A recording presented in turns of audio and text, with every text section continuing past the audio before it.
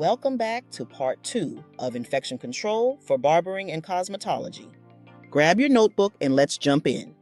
It is essential to be aware of the pathogens to which professionals and their clients may be exposed, as well as their modes of transmission. Understanding and practicing proper infection control within the laws and rules will help safeguard professionals' health, the health of their clients, and their business. Practicing safety precautions daily protects their clients and their license. A responsible beauty professional is conscientious about infection control and safety. The objectives of this unit are: employ the principles of prevention, follow standard precautions to protect yourself and your clients, and demonstrate safe work practices and safety precautions. Infection control in the salon comes down to 2 essential steps. First, clean, then disinfect with an appropriate EPA-registered product. When you do both correctly, you remove nearly all pathogens of concern. Sterilization goes a step further, destroying all microbial life, including spores. It's rarely required in salons or barbershops, but if you choose to sterilize, you'll need an autoclave, which uses heat and pressure. Sterilization only works on items that are already clean, and your autoclave must be operated, maintained, and logged exactly as the manufacturer directs. To confirm it's doing its job, perform routine biological spore tests. Sealed packs containing test organisms run through a standard cycle and are then analyzed by a specialized lab to verify performance. Always follow your state board and local regulations for testing frequency. Many require regular, often monthly verification. Cleaning is step 1. It means removing all visible dirt, debris, oils, and residue from tools, implements, and equipment. Wash with liquid soap or detergent and warm water, then scrub grooved or hinged areas with a clean, disinfected brush. Why it matters: disinfectants can't do their job on a dirty surface. Skipping cleaning and going straight to disinfecting is like using mouthwash without brushing. It just doesn't work. After proper cleaning, a surface may still harbor tiny amounts of microbes, but far fewer, making the spread of infection much less likely. Don't forget your hands.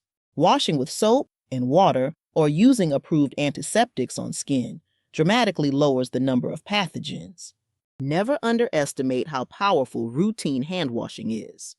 You can clean tools and implements in 3 reliable ways. Wash with soap and warm water, then scrub with a clean, properly disinfected nail brush. Use an ultrasonic unit as directed by the manufacturer. Use an approved chemical cleaner according to label instructions. Clean first every time, then move on to disinfection. Proper hand washing is one of the simplest and most effective ways to stop germs from moving from you to your client. Done correctly, it lifts dirt and microbes out of skin folds and from under the free edge of the nails so they rinse away instead of spreading. Wash your hands thoroughly before and after every client. Here's the quick sequence. Wet hands with clean running water. Add soap and lather for at least 20 seconds. Palms, backs of hands between fingers, thumbs, and wrists. Don't forget nails. Scrub under the free edge by rubbing fingertips into the opposite palm or using a clean, disinfected nail brush. Rinse well under running water. Dry with a clean, disposable towel, then use that towel to turn off the faucet and open the door if needed. Hand washing isn't optional, it's your first line of defense. In 2016, many of the chemicals used in antibacterial and antimicrobial soaps were banned by the FDA. Research has shown that repeated use of antibacterial products can actually increase the growth of some of the worst pathogens. Repeated hand washing can also dry the skin, so using a moisturizing hand lotion after washing is a good practice. Be sure the hand lotion is in a pump container, not a jar. Antiseptics are chemical germicides formulated for use on skin and are registered and regulated by the FDA. Antiseptics generally contain a high volume of alcohol and are intended to reduce the numbers and slow the growth of microbes on the skin. When there is visible dirt, debris on the hands, neither waterless hand sanitizers nor antiseptics will work until the dirt debris is removed. This can be accomplished only with liquid soap, a soft bristle brush, and water. SEMA activity: have students complete the hand washing soaps and sanitizers quiz. Common antiseptics used in the salon, spa, and barbershop: hydrogen peroxide, IS, generally used at 3% strength and works well as an antiseptic. Isopropyl alcohol is effective in cleaning the skin. Alcohol is not a disinfectant for surfaces or implements and should be used only as a cleaner or antiseptic.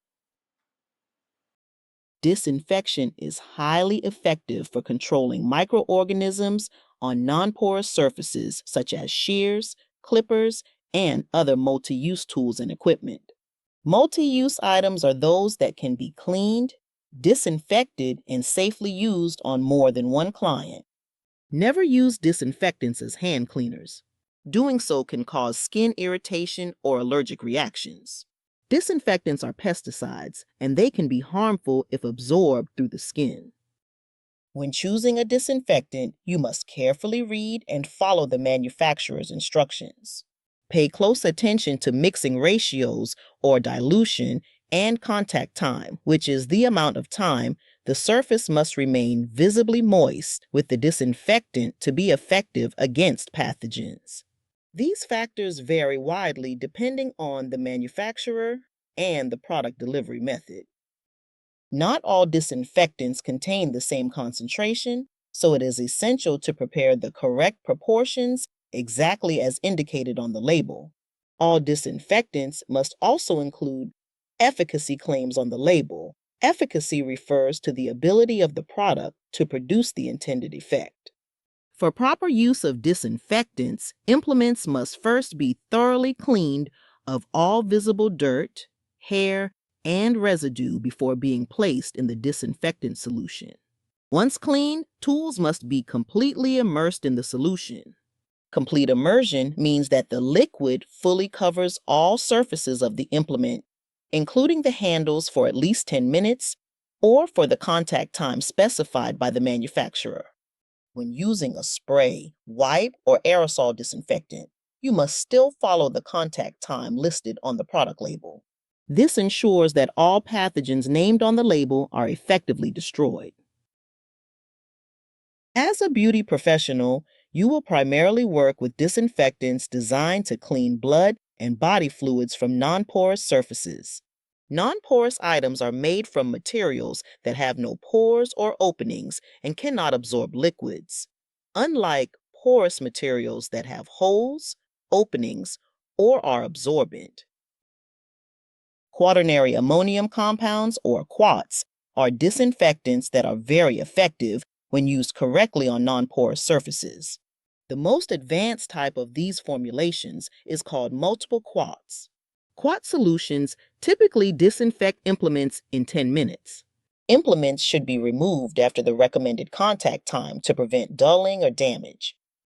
Tuberculocidal disinfectants are proven to kill the bacterium that causes tuberculosis, in addition to other pathogens targeted by hospital-grade disinfectants. Phenolic disinfectants fall into this category. While they have been used reliably for years, they carry significant drawbacks. Because the risks outweigh the benefits, most states no longer require phenolics, and many manufacturers have stopped producing them.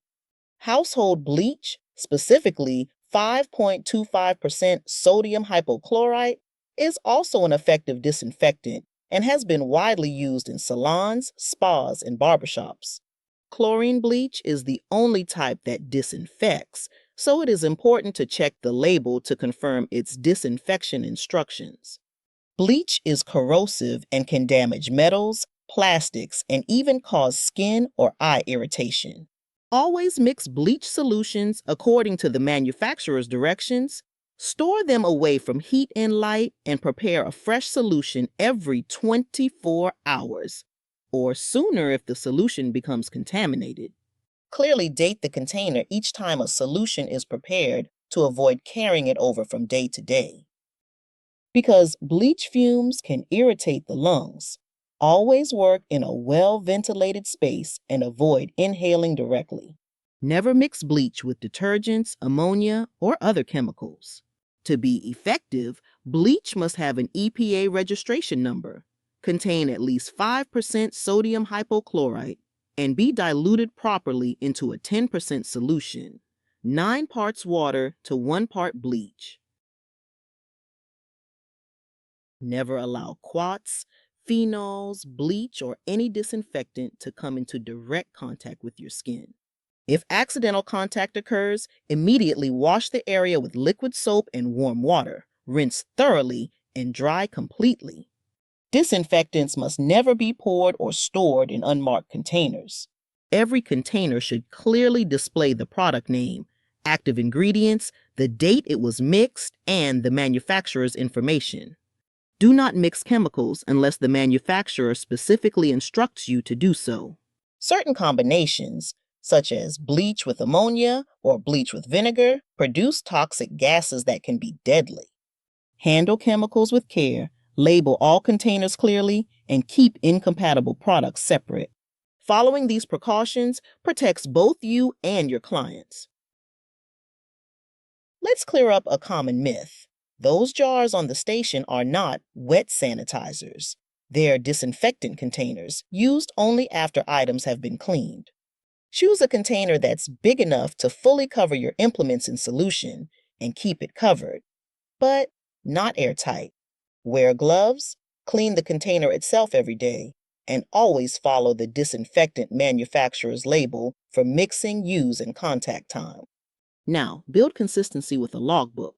Track when tools and surfaces are cleaned and disinfected, when equipment is serviced, and when parts are replaced. Even if your state doesn't require it, a simple log helps you stay on schedule and prove your standards are being met. State rules are clear. Before every service, all multi-use tools and implements must be cleaned and then disinfected.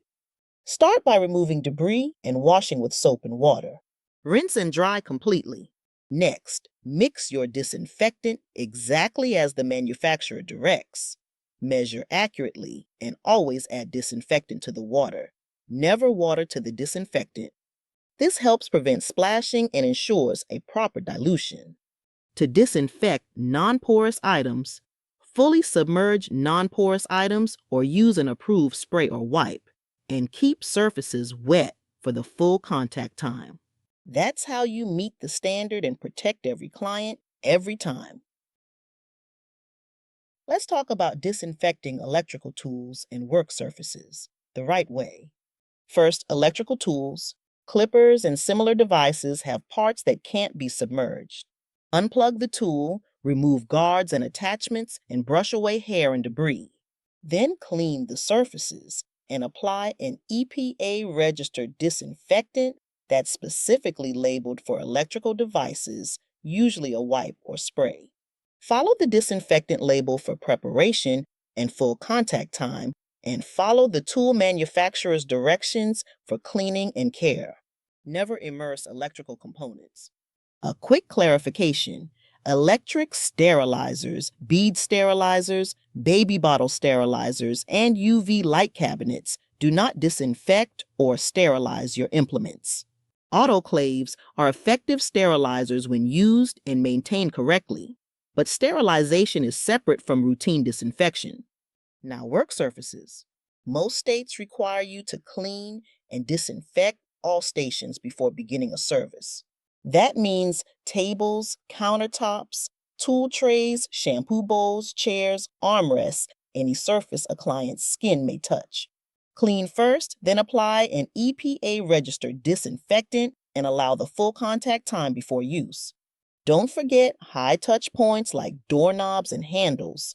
Wipe them down regularly to reduce germ transfer.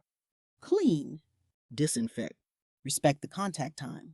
That's how you protect every client, every time.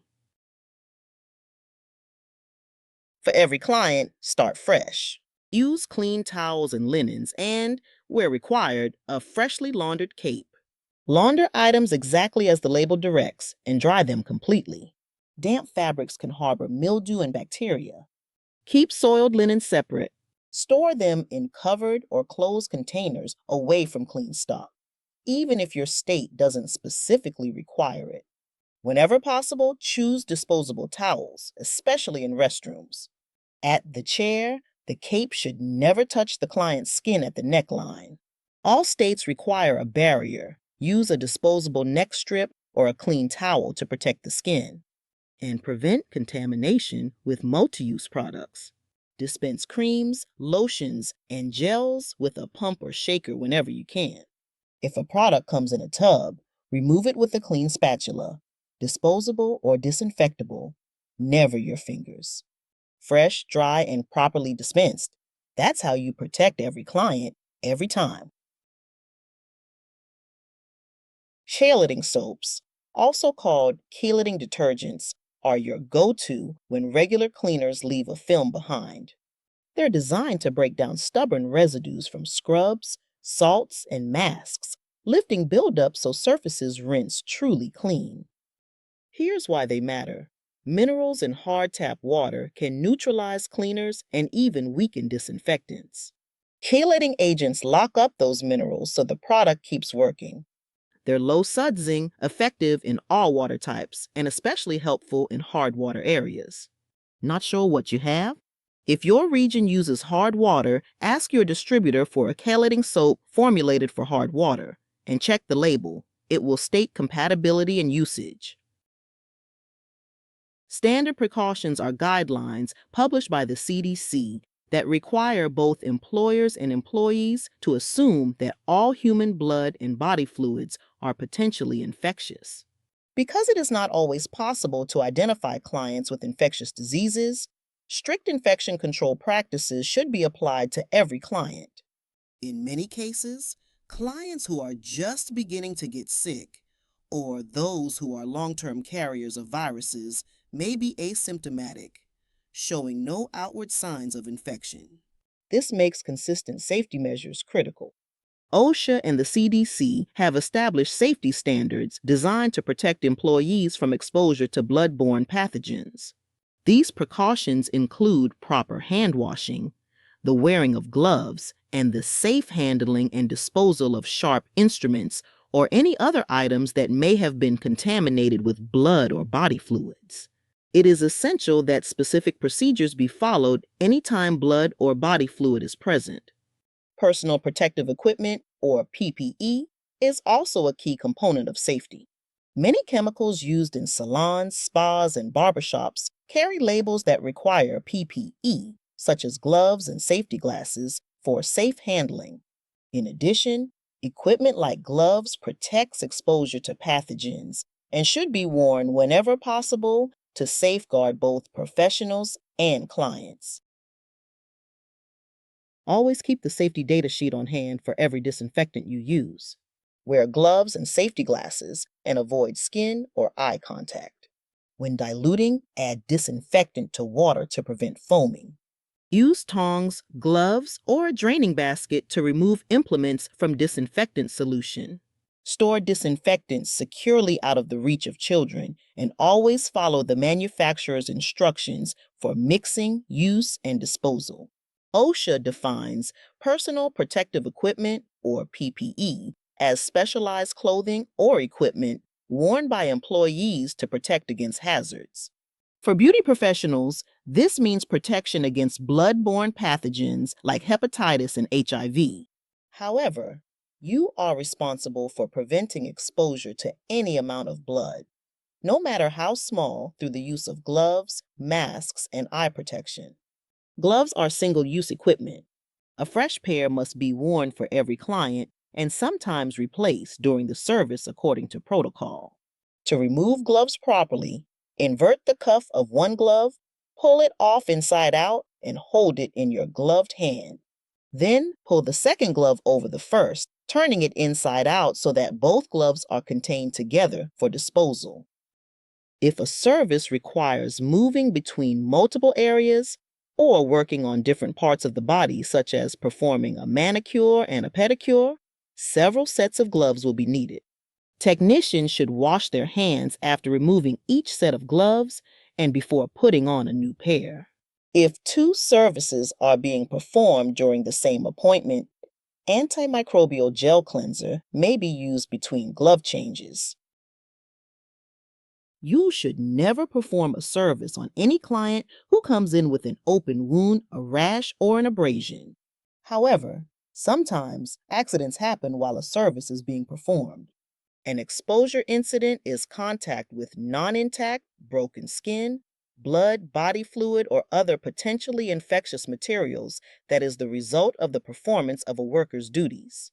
Should the client suffer a cut or abrasion that bleeds during a service, follow the steps outlined in Procedure 5.3 for the client's safety as well as your own. SEMA activity: have students watch the video, Handling an Exposure Incident, Client Injury. In 2016, the FDA banned many chemicals once used in antibacterial and antimicrobial soaps. Over time, research showed that frequent use of these products can actually encourage some of the toughest pathogens to thrive. There's another downside too. Repeated hand washing can dry and irritate skin. Protect your hands by applying a moisturizing lotion after you wash. And always choose a pump bottle, not a shared jar. Now, a quick word on antiseptics. These are chemical germicides made for use on skin and regulated by the FDA. Most contain a high percentage of alcohol, and their job is to reduce the number of microbes on your hands, not replace hand washing. If you can see dirt or debris, neither waterless sanitizer nor any antiseptic will work well. First, remove the grime with liquid soap, a soft bristle brush, and water. Then apply your antiseptic. Some common options you'll see in the salon: hydrogen peroxide, typically at 3%, which works well as a skin antiseptic, and isopropyl alcohol, which is effective for cleaning the skin. Remember, alcohol is not a disinfectant for surfaces or implements in the salon. Use only EPA-registered disinfectants for tools and work areas. Thank you for joining me for Infection Control Part 2. This is one of the most crucial aspects of our industry, related to protecting ourselves and our clients. On behalf of Texas barber and cosmetology educators, this is Lori signing off. Make today, or what's left of it, awesome.